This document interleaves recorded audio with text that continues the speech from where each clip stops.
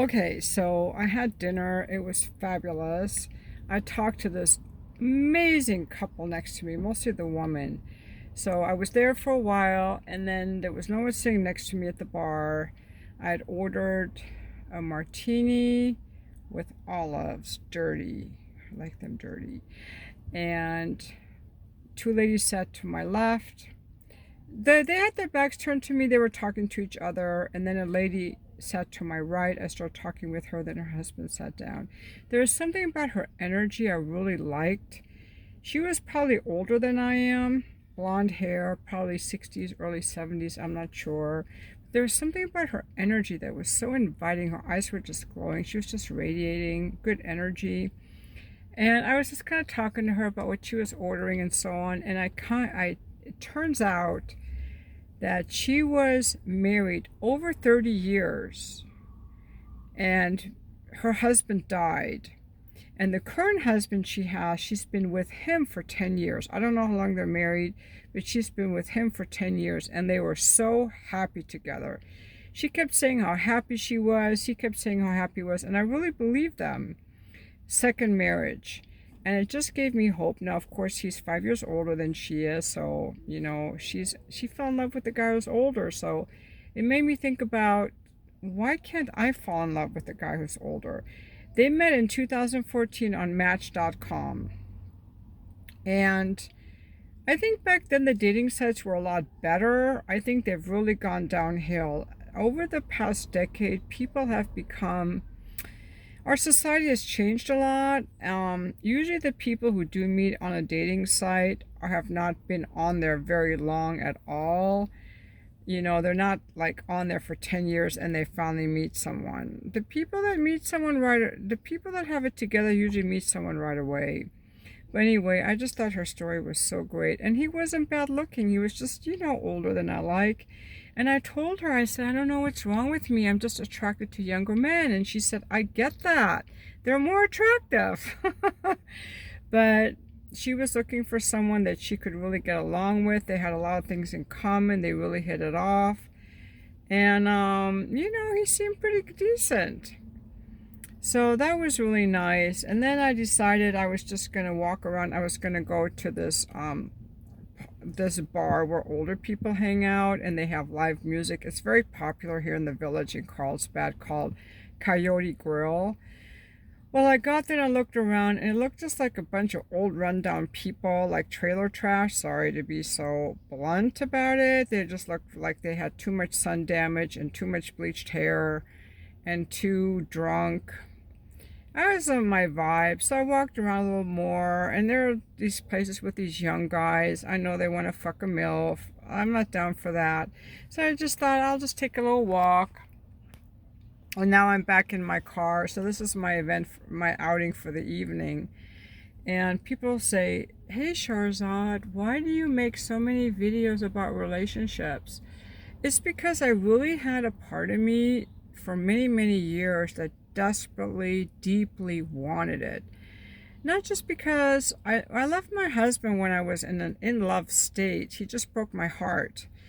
So I was in this space of like, I really want to be in love. I really liked being married. And I also wanted a chance to experience a relationship with someone who was willing to put in the effort, to have good sex, and with someone who wanted to work on things that were issues, and who wasn't so afraid of emotions, who was interested in personal development. I really wanted to challenge myself in that way, and that's what I really wanted. And I thought there would be this world of interesting available men out there.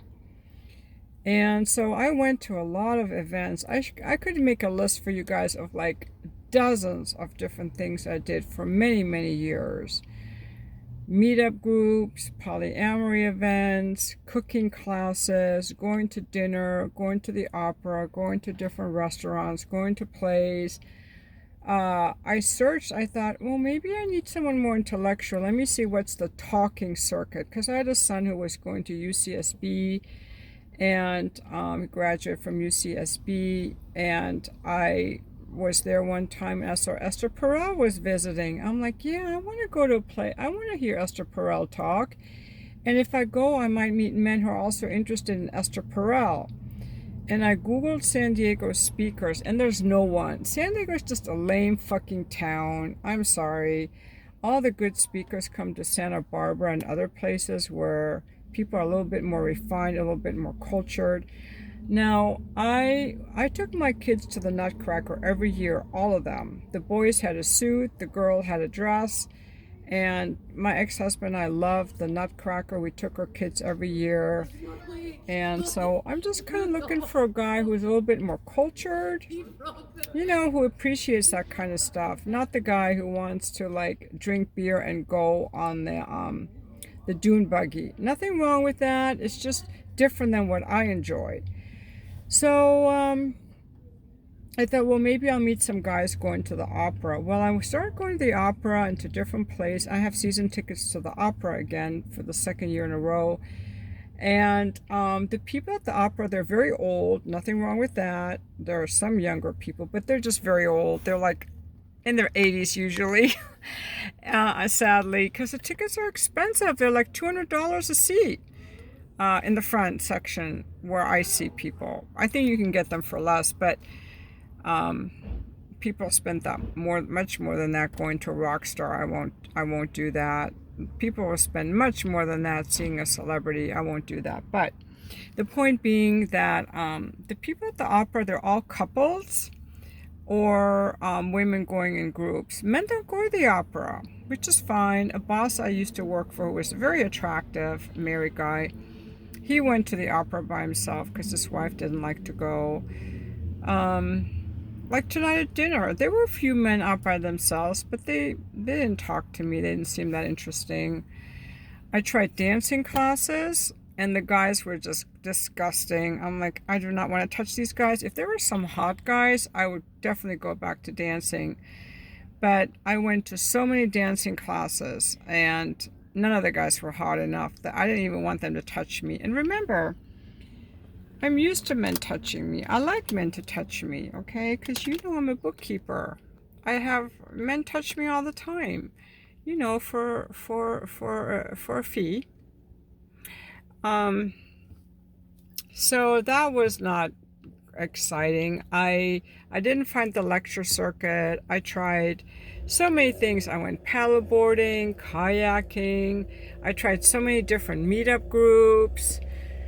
I went to REI. I thought, well, maybe I need to find a guy who likes camping. Can I sign up for like a camping thing? I signed up for Sonoma Williams cooking class. It was just all women and couples.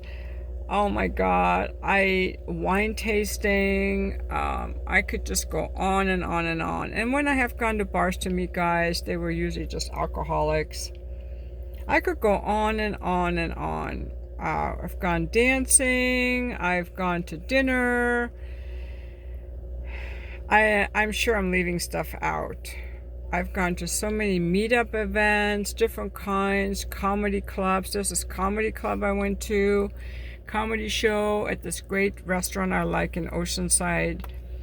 And the guys were just old rundown guys or guys who come with their girlfriends. Like, there's not this like hot single scene. I always thought that the city should put on some events for single people to meet, but they don't. It's really hard to just get enthused about some guy who's ugly, but maybe I could grow to like him if I got to know him and overlook his ugliness. And I can overlook people's ugliness once I get to know them. Like the couple tonight. The guy was not hot. But if the guy's just average looking, we can't fall in love with him once we get to know him and have his energy directed at us if he's like a solid guy. And that's really hard to do when you're just like walking past someone in a bar or something like that. So the problem really is that it's just been all the places I've gone, all the things I've tried, all the dating apps. I've tried dating apps. I've been on all of them. I've tried starting conversations, not starting conversations in coffee shops, men of all ages. The oldest age I ever really went out with was a man in his 50s. It's been a long time since I went on a date. The last time I went on a date was last September, and I made some videos about it. You can find it if you scroll back through my channel. It was a younger man, and he withheld his sexual energy, so I couldn't feel attracted to him. I always tell guys, don't withhold your sexual energy, your sexual interest, because you'll get friend zoned. I couldn't feel any sexual interest in him. But he was a really great guy, very attractive younger man, actually, very kind, very muscular, attractive. But anyway, so that's been kind of my journey, and the reason I talk about relationships is because I'm very puzzled. Like, it almost feels like a false reality to me, because according to the porn sites, and according to Hollywood movies, and according to the romance novels, and according to the dating sites, love is out there, relationships are out there. You just have to go to certain events or certain meetup groups, or work on your stuff, get your shit together, be attractive enough, clear out your clutter, make space in your closet and in your life for a man to enter. Be available. Don't be on your phone when you're out in public. Men will approach you. You will meet someone. And none of that has happened, guys. None of that has happened. None of that has happened. And I met a lot more men that I was interested in when I was younger, because everyone around me was single. Now, there are a lot of great guys out there. The world is full of great men, but they're all married. Not all married men are great, by the way, but a lot of the married men, men who like relationships can easily get them, and they're not single for very long. My ex-husband wasn't single for very long. After I divorced him, he's like, I want to be married. By the way, all those guys who are like harping on me, my ex-husband loved being married to me, okay? I'm fun, and I'm a good woman. And he liked being married to me, and he was very sad when I divorced him, but he wasn't willing to do the inner work that was required for me to want to stay. So that's why I left. And he got remarried. He's off the market.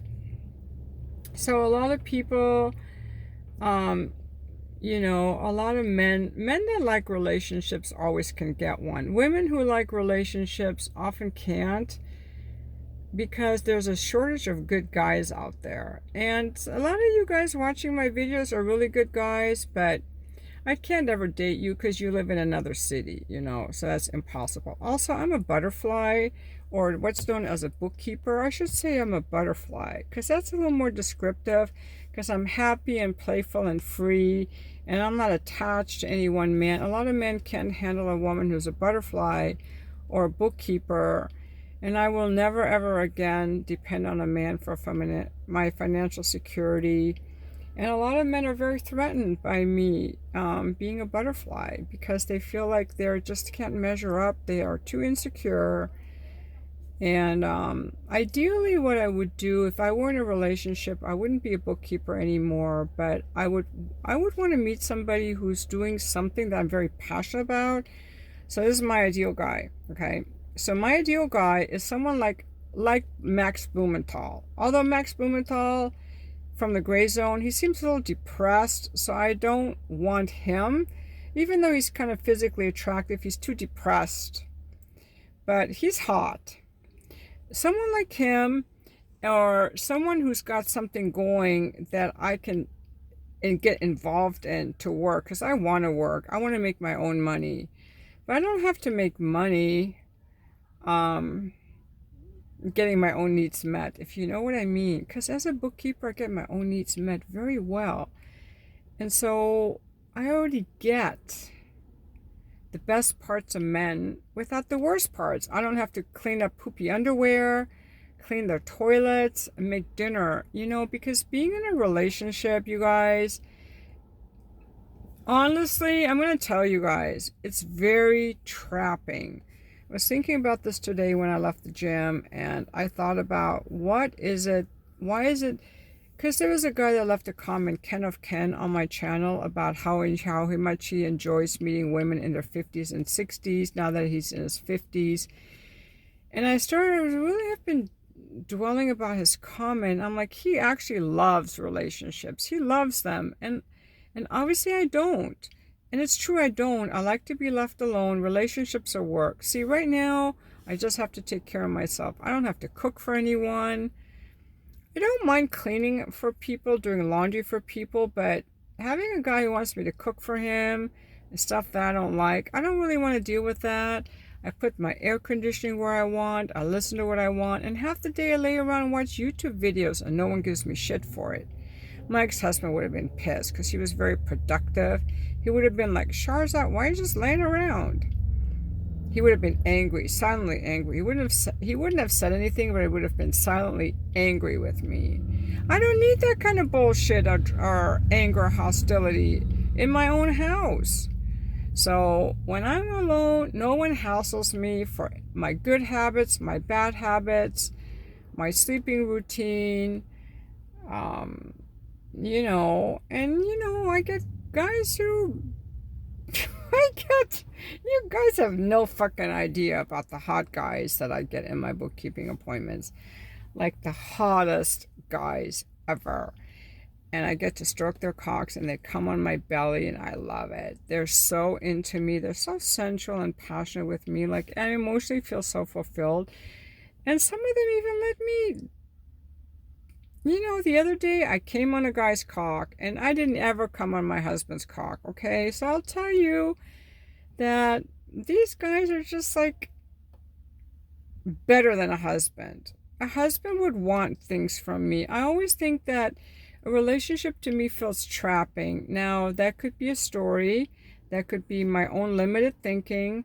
But they want things their way. And I remember when I was married, there was a lot of compromising. We didn't like a lot of the same stuff. I had to compromise a lot on where we lived. I didn't like living out in the fucking boonies with acres and acres of land. Now I live in an apartment. It's my own apartment that I pay for. It's almost $3,000 a month, you guys. But I'm surrounded by people. I will never again live in a fucking house that I built on acreage. That was miserable for me. I didn't want that. And he hated apartments. That's an example. I don't want to deal with anyone's bullshit, what they want to eat. I like to cook Indian food. He hated Indian food. But he didn't complain because he was nice. But he hated me for all that. I just don't. So honestly, there's so much of me that's just turned off about dating and relationships.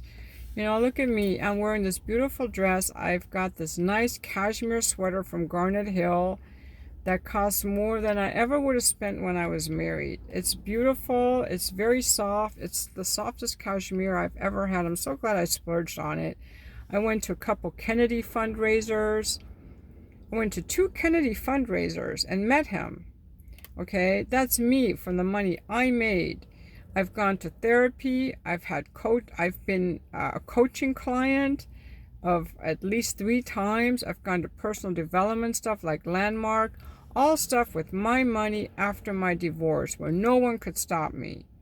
No one now gets to stop my personal development. That's what I like. I get to explore life, and any limitation I have is up to me. It's not because some guy is telling me I can't spend money on the stuff that's important to me. I can't turn the air conditioner down because he doesn't want it.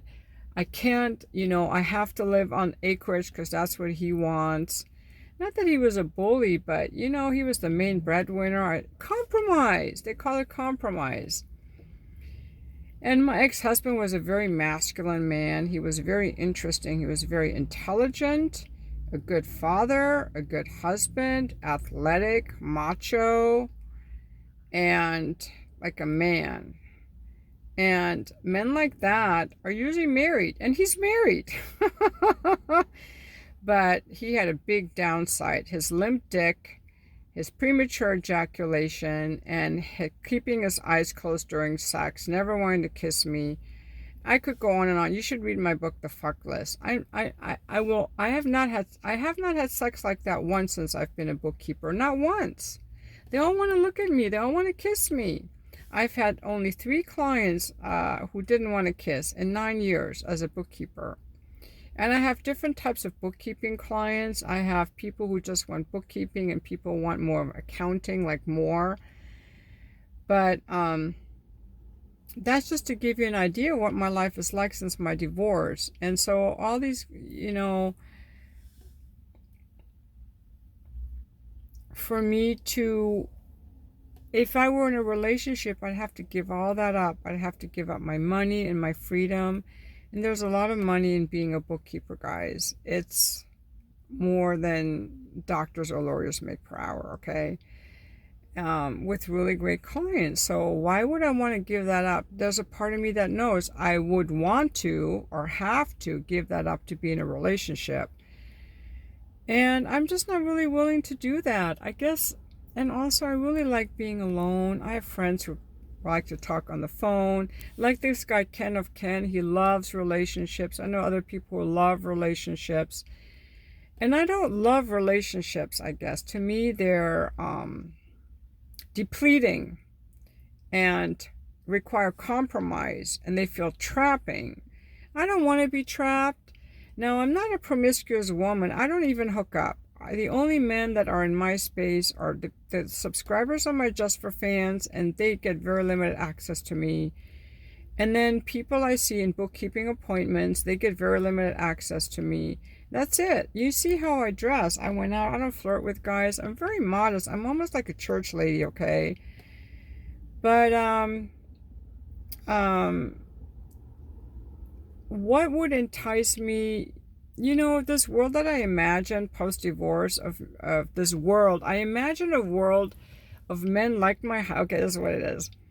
I knew my ex-husband. I knew he had flaws in that he was uncomfortable dealing with things. He wanted to avoid things. He stonewalled, he avoided, and he wasn't critical and he wasn't contemptuous, except that one time. That's the night I left him.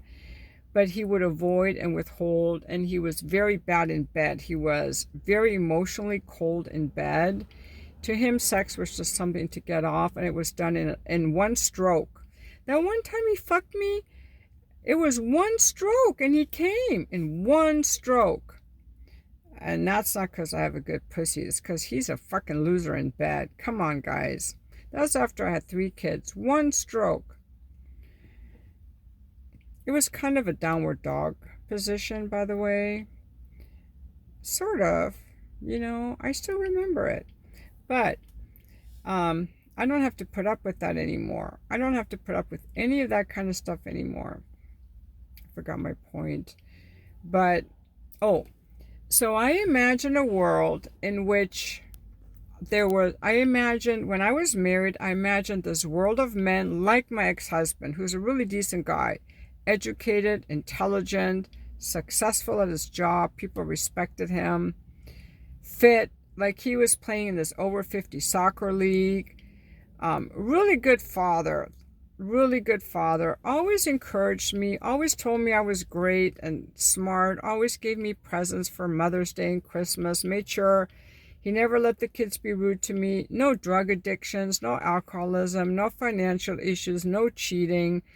One of the good guys out there.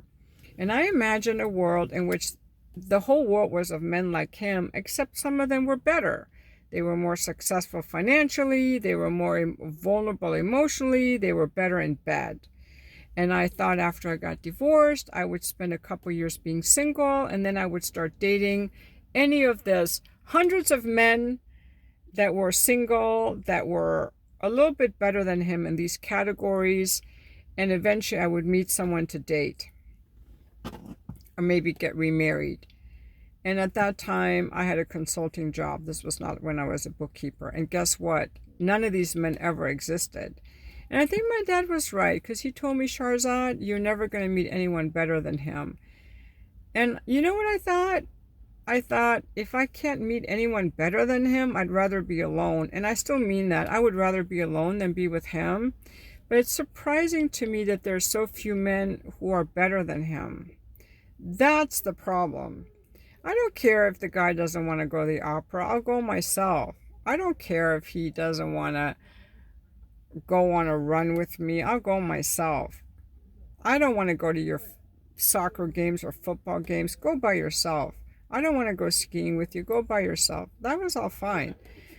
But the problem was the connection, the sex, the living situation, all of that stuff. So I always imagined that the world had better men in it than it actually does.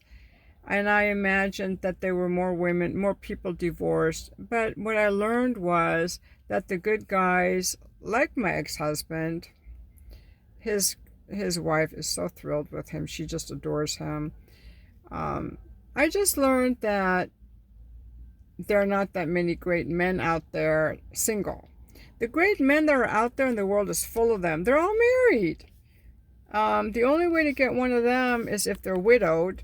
And then you better hope that he's still not emotionally married to his wife, because then if he is, then you're in a polyamorous relationship with a couple. Yeah, so that is why I make these videos about relationships. I make videos about relationships because I'm shocked at the quality, the low quality of single men my age out there. By the way, all three women that sat down next to me were in their 60s or 70s. They all had bleached blonde hair. And the women at the Coyote Grill, they all look like rundown little hoes. Like their skin is all wrinkly from being too much in the sun. They've had too much plastic surgery. They're dressing in skanky Walmart outfits. They just don't look refined. They look old and run through, frankly. So do the guys. I'm like, this crowd is just way too old for me. And then the guys who are really young, I'm like, you're just young. You don't have any experience. You have nothing to offer me. You know, and the thing is that the people who have their life together, they're either staying home because they're content with being at home, or they're married. When I was married, I didn't go out. We didn't go out. We had our family life. Why would I go out to a bar or anything? I didn't go out. I was happy being at home with my family. And my ex-husband felt the same way. He came home after work and we had family time. You know, or relaxed or watched TV or worked out or whatever we did. Did gardening work. On the weekends, Home Depot, yard work, home improvement projects, fixing the car, taking the kids to soccer and baseball and basketball and gymnastics and swim league and swim team. You know, we did all that stuff. So that's what the guys, that's why, you know, the good guys are doing this stuff. They're doing the family stuff. They're at home. And they're married. That's the situation. So there's just a lot of riffraff out there. And I thought I make these videos because I couldn't figure out what the fuck was going on. But I live in Southern California where people are just a little different. People are very flaky. They don't keep their word. They're flaky. It's something about the beach atmosphere. Whereas in New York, they're punctual and on time. So that's been my experience and why I'm single. If I could meet some interesting, attractive men in their 40s and 50s and 60s, who, even older guys who are hot, like John F. Kennedy, Robert Kennedy, I can't even remember his name. I met him twice. I have pictures with him. He's hot. If you look on the community posts on my YouTube channel, you'll see I posted a picture with him at one of the fundraisers I was at. I've been to two. And I know he supports the war in Gaza, so he's not ideal, but he's better than Trump or Biden, in my opinion. And so I would say, this couple walking by, they're very old, but they look so happy together. I just can't get that excited by an old guy. I want a young guy with a hard cock and a beard. That's what drives me wild. And that, you know, I don't know if I have problems or issues. Now, old guys are going to leave trolley comments. By the way, the gentleman that was with the lady I was talking to, he's not the kind of guy that would ever leave a trolley comment. He's just way too classy for that. When guys leave nasty comments, they're just reducing themselves to trash, honestly, like low value trash. Classy men don't leave negative comments. But I think classy men also have the same problem that I have. They have trouble meeting women in their area who are wholesome, nourishing, and so on. But none of you guys would want to date me. My body count is way higher than yours. A lot of men would feel threatened by me. But my channel is more about me just sharing who I am, expressing who I am, and not give without looking for approval. That's the thing. I don't need your approval. I'm just here sharing my life experience, entertaining you, and I love fucking men for money. I'm gonna be honest. I like it. It's honest, it's pure, and it's fair, because women get nothing out of fucking men for free. Unless we're in a relationship, then it's not free. Then we do it because we want to. I don't understand all these women just going around spreading their legs for any Tom, Dick, or Harry. They have no boundaries, no self-respect, and then also they're doing it without a condom. I always use a condom. The last time I had sex without a condom was so many years ago, I can't even remember. It's got to be at least 4 years. Back when I was naive and thought, this one of the guys I was hooking up with, oh, he's special. I'm going to give him my bare pussy. I was so naive. I grew up very sheltered, very naive. And again, like I said, I imagine a world of all these eligible single men. I didn't realize that the number of eligible single men would decline significantly with age. So the invitation really is, all these men that are, a lot of these really great guys that are available, they live in the country, they live in communities where there aren't a lot of women. If you're living in a town of a few thousand people, it's going to be hard for you to meet women. Doesn't mean there's anything wrong with you. But I always tell guys that go to spaces where women are. Women hang out in spaces. They love going to group fitness classes. So those are very feminine spaces. Men don't go to feminine spaces like group classes. Men don't like to go to classes, okay? They like to do their own stuff. A man wants to go out in the wilderness with a backpack. He's not going to go to Zumba. He's not going to go to Pilates. He's not going to go to yoga unless he loves yoga or he's looking to pick up a chick. But women love hanging out in these spaces on meetup.com. You can go to like wine tasting or coffee clubs or whatever, and those are great spaces to meet women. But men are not in those spaces. The only time you see men go out in public to like the opera or play or dinner is usually if they're with the woman. The woman's like, come on, babe, we're going out. Men usually like to do their own thing. I don't know if it's cultural or if it's just how they were, if it's biology, but they want to do their own thing. They want to take their backpack and go in the woods. They want to get a car and fix a car.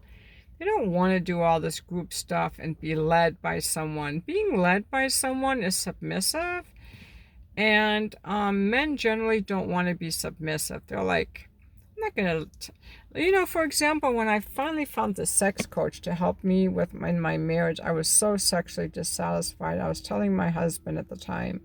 He didn't give a shit. So I'm like, hey, I found this coach I've talked to. Would you be willing to get on a call with him? And he was actually the guy that Betty Dodson was living with at the time. And he started doing sex coaching. And he was great.